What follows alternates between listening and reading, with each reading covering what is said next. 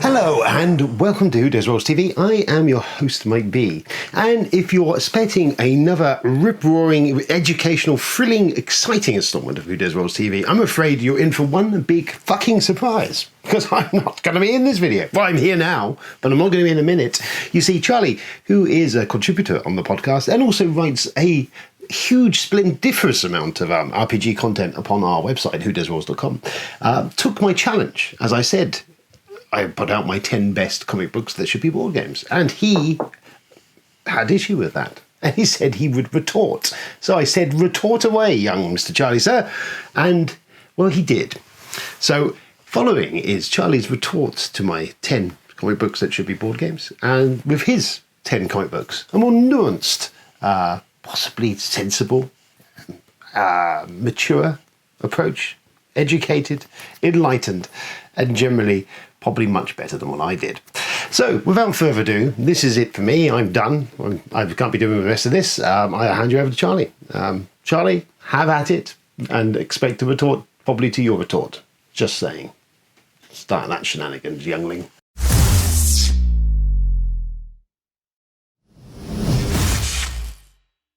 Hi, welcome to WDR TV. My name's Charlie Etheridge Nunn.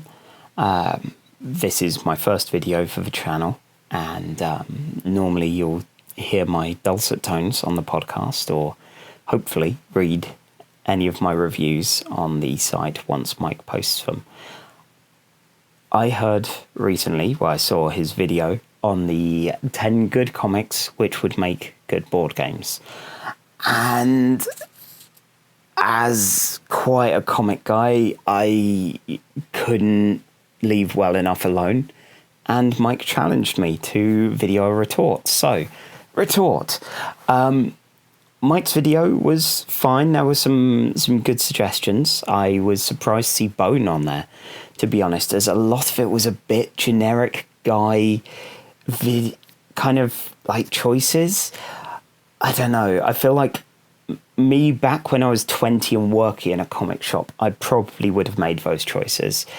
However, it was very man-heavy. Recent issues with Warren Ellis as well were briefly brought up, despite Transmetropolitan being put up there. And don't get me wrong, Warren Ellis is someone with massive influence, massive footprints on the world of comics and beyond. I have a copy of a Planetary Omnibus just up there, out of view. I've got a Spider Jerusalem toy in this drawer where he's staying. But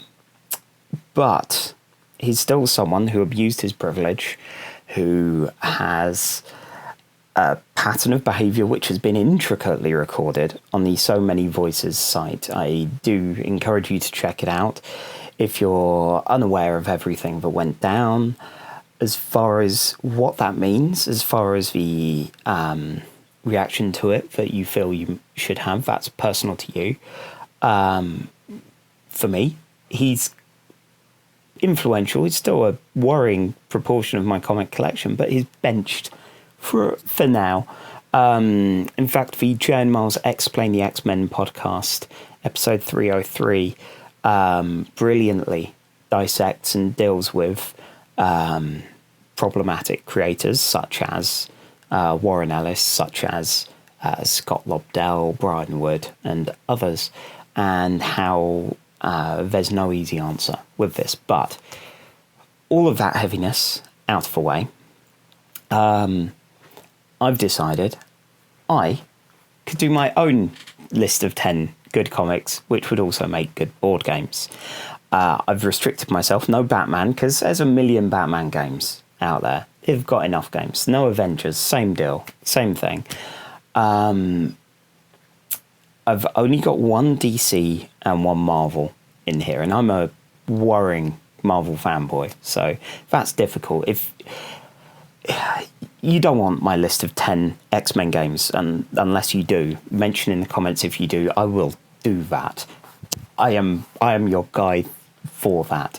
I've also been aware that Mike's list had very few women creators or protagonists, so that's definitely something I've had to think about here with my list. To my shame, I only know of one non-binary comic writer, Vito Ayala, which would lead me to suggesting more X-Men games, as the only work of theirs that I'm really that I've followed has been X-Men based so far. Again, I'm totally up for suggesting what a Prisoner X game would be. Anyway, all that out of the way, what is my top 10? First of all, Cable, Volume 2. This was by Dwayne Sozinski and Ariel Olivetti.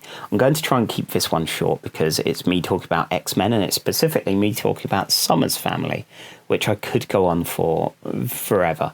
At the end of the Messiah Complex storyline, which had a lot of stuff going on, you don't need to know, but the X-Man Bishop decided to kill a baby in case it might cause his dark future to come to pass. He also shot Professor X in the head, which, Professor X got better. Then Cable went into the future to lone wolf and cub this baby. Hope. He was only able to jump forwards in time, though, which made for an interesting plot element as he kept jumping further and further into the future with Bishop, hot on his tail, destroying more and more of the world to try and limit where they could run, to pin down where they were. Now, as a game, that's a really cool idea. I know you might not want to be like an aspiring baby killer as one of the roles in a two-player game, but still, again, Bishop also got better in time. But this would be a really fun two-player game where, say, Cable is having to train his daughter while leaping further and further into weirder and weirder futures, all while Bishop is destroying the future, burning the world, seeing if Cable can escape before the world is destroyed. I reckon that's got some really fun kind of push-pull mechanics to it. So that's number one. My next suggestion is thanks to my beloved Emma, who is far more aware of Vertigo than myself. My knowledge comes pretty much like Mike's, mainly from Preacher, Transmetropolitan, and a few other things. This is, it's by a lot of people, basically. Originally an Alan Moore creation made to look like Sting, and I'm sure you all know now about John Constantine, or Constantine, depending on which film or TV version you've seen of him. Now, this basically follows the life of shady magician John Constantine, making increasingly terrible life choices, being terrible at magic, using terrible magic, and being as much a burden as he is a help to his friends. So, where's the game? Well, imagine being those friends. Imagine this is like a traitor game, but with an AI, kind of Automa-style Constantine. You don't know whether you can trust him, and sometimes you really shouldn't.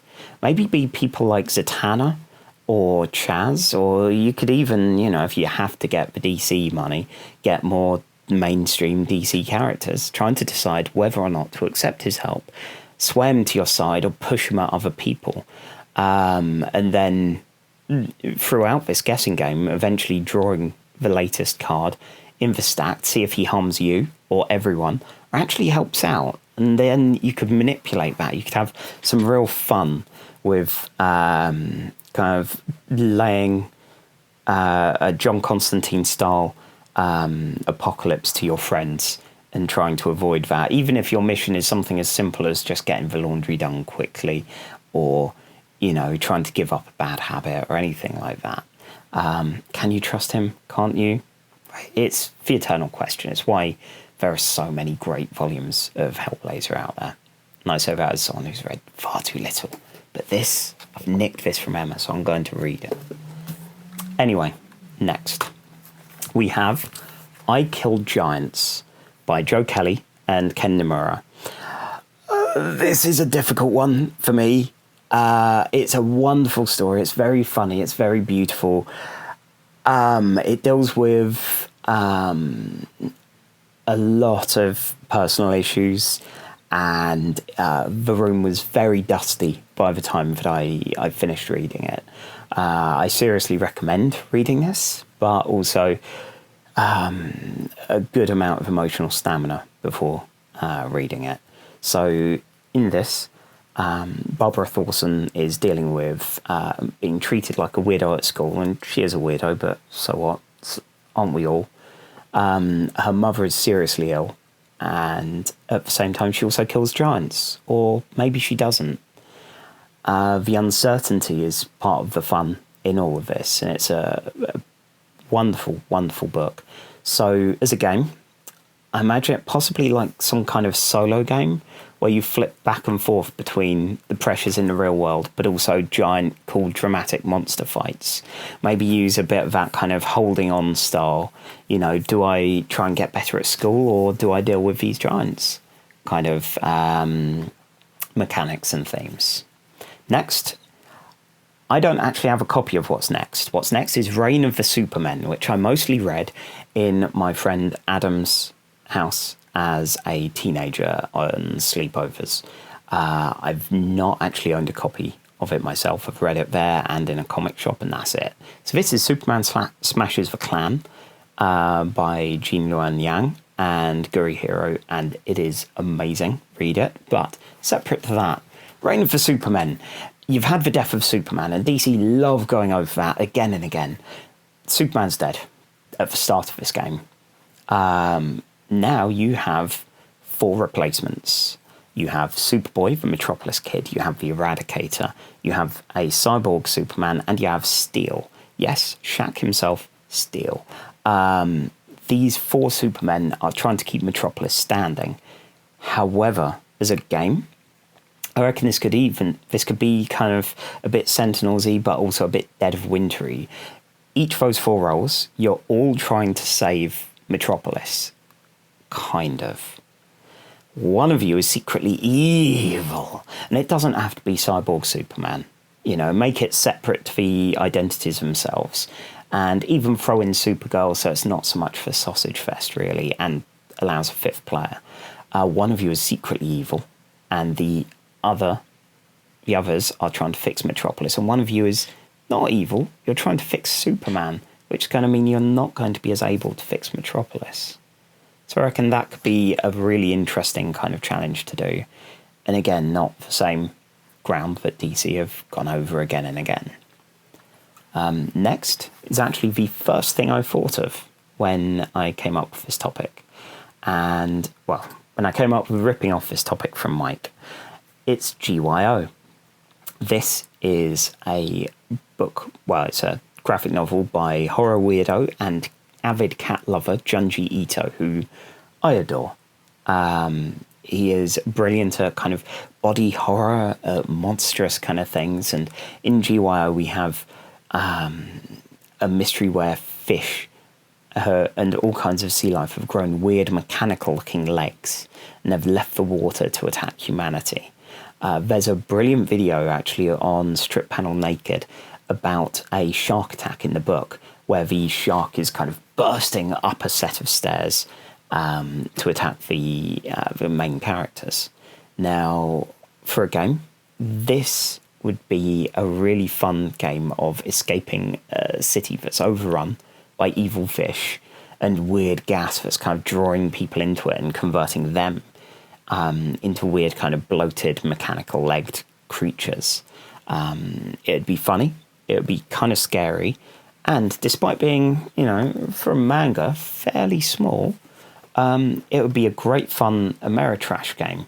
You know, you've got all sorts of different miniatures that you could have. You know, our shark boy here, poor shark. That would be really cool to see.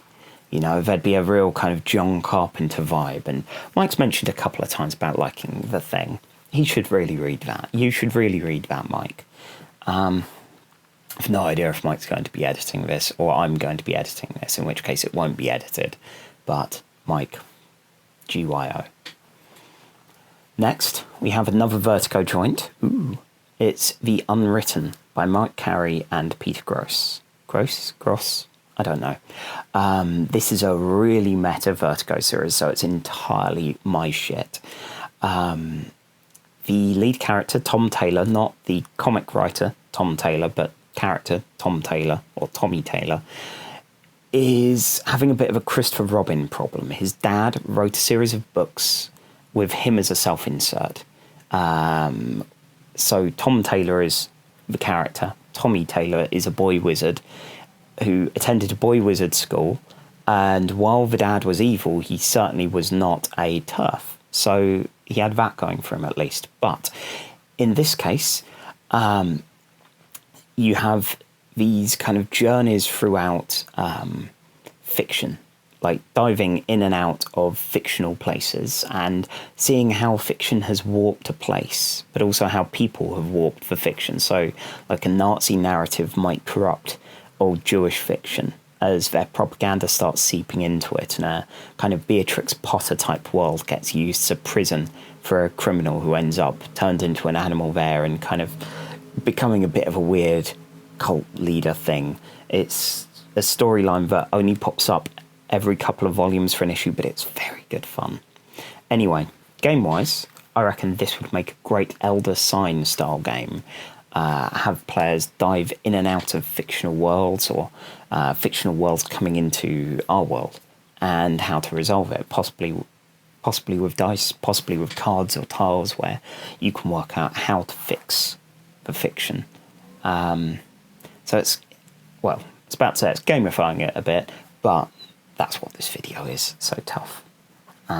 We have next Blue Monday by China Clugston Flores. I think it's China, might be China, don't know. I know there's a wrestler with the same name. Again, don't know anything about wrestling, so never even heard it out loud. But Blue Monday is very good. This is very much my jam. This is a teen drama about stupid kids in the 90s doing stupid things. The pages themselves even end up annotated with different tracks from 80s and 90s music. There are so many references to Britpop. I was surprised that the author was not actually British. I mean, in retrospect, now as an adult reading this, maybe there should have been more tales, but this is really good fun. In this first volume, specifically, which is what the game I'd recommend doing,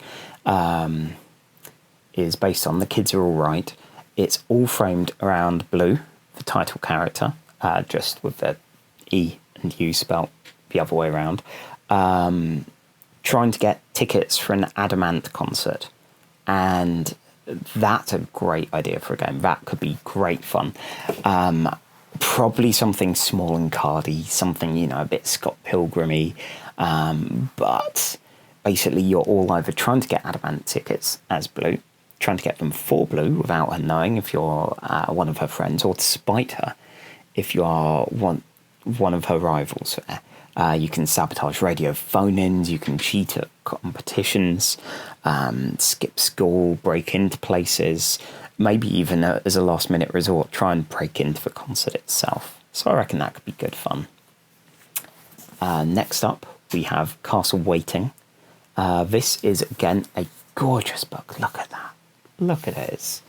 This is a classic from Linda Medley. This is about a refuge for fairy tale people.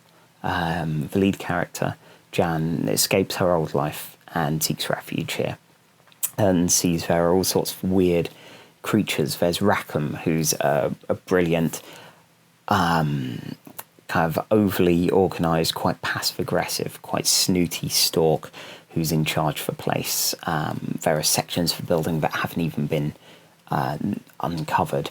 There are people who were background characters in things like Sleeping Beauty and weren't really sure what to do when everyone woke up, 100 years or so later. So yeah, really lovely, really good fun. Game-wise, I reckon this would make a nice Euro. Haven't had many of those in here. So yeah, make a nice Euro game. You could have the castle itself, not all of it even being revealed at the beginning of the game, and no one knows all of its mysteries. You can get resources, explore the castle, take on new residents and hide them if people come searching for them. Give everyone a different role that's characters from the comic and different victory point gains. So even though you're all working to make the castle great, you are all working to one-up each other, you know, repair the blacksmiths or drive away people that are looking for anyone who's seeking shelter here. So I reckon that would be a really nice light one. And we have my namesake, Charles Addams, and my aspirational figure, family-wise, the Addams family. I love the Addams family. Admittedly, I mainly know them from the TV show and the films. Love them. Great. So yeah, again, this is stolen from Emma, so thank you. I love you. And I will return this. I reckon as a game, this could be a nice kind of co-op sort of game where neighbours are trying to develop the land around your home, trying to gentrify the neighbourhood, maybe encroach on your territory, like take over bits of a garden if they're left alone, or, you know, anything like that. So you could even do things like use pandemic-style cubes for building resources and have each player trying to scare people off, trying to drive them away, and trying to keep everything weird. Finally, we have one of the first mangas I read. Now, I've not got Volume 1 here. No idea where I've put Volume 1, to be honest. This is Meizu Nakoku. It's by Rumiko Takahashi, and I'm that old that when people say manga, I don't think of your Naruto's or anything like that. I think of Rumiko Takahashi. This is when I realised comics were more than just superheroes, and I love superheroes. I still love superheroes, but this kind of slice of life shit is great. It's wonderful. It's funny. It's heartwarming. Meizu Nakoku is basically about a house split into several apartments filled with wonderful, horrible wrecks of human beings who scare off landlords constantly. And the owner of the building is trying to figure out what to do to make a landlord to stay. And he gets his daughter-in-law, recently widowed Kyoko Watanashi, to move in. One of the tenants, Yusaku Goodeye, falls in love with her, but is too rubbish to really do anything good about it, and keeps being drawn back into shenanigans of the other tenants who still want her gone, even though she is a nice human being. Until over 14 volumes, he makes himself less of a garbage person. And it's just a nice read. So as far as the game for this goes, I reckon this would be some kind of asymmetrical game, like a Fury of Dracula of awfulness, maybe. Most players will be the tenants who are up to no good. They're drinking, they're being loud, they're doing their own repairs or sabotage for the building, while Kyoko has a lot of resources and a dog, who is adorable, by the way, to help her. You could have the Yusaku Goodeye character being someone that could actually be trying to help, or some kind of flip-flopper character that could win either way, but has to hedge their bets, has to say, okay, this game, you know, I'm going to switch over to the tenants, while they try and drive her out with loud, drunken behaviour. I reckon that could be good fun. And maybe even have like a co-op mode where you've got an AI landlord who isn't Kyoko, but everyone is unified in trying to sabotage her, so that you don't have, you know, one person with hurt feelings or go, yeah, let's just have some co-op fun. So that's it for me, and for my first ever video here for Who Dares Rolls. What are your opinions on these comics, on these ideas for games? Asmodee, get in touch. Everyone else, leave comments, like, subscribe, all of that. If you want to see more videos from me, then let us know, because I've no idea what I'm doing, but I'm willing to waffle on about X-Men, the concepts that could be games, about different small RPG things. I've actually got a couple of journaling actual plays I want to try out at some point. But in the meantime, you can read my role-playing game reviews and find out more about us at the Who Dares Rolls website. There are more videos here. There's a lot of people already subscribed, but the more the merrier. We have a podcast, which is fairly irregular, but hopefully there's one coming up soon. We have a Patreon as well. Hello, lovely Patreon person. I assume there's one left still. And yeah, that's goodbye from me.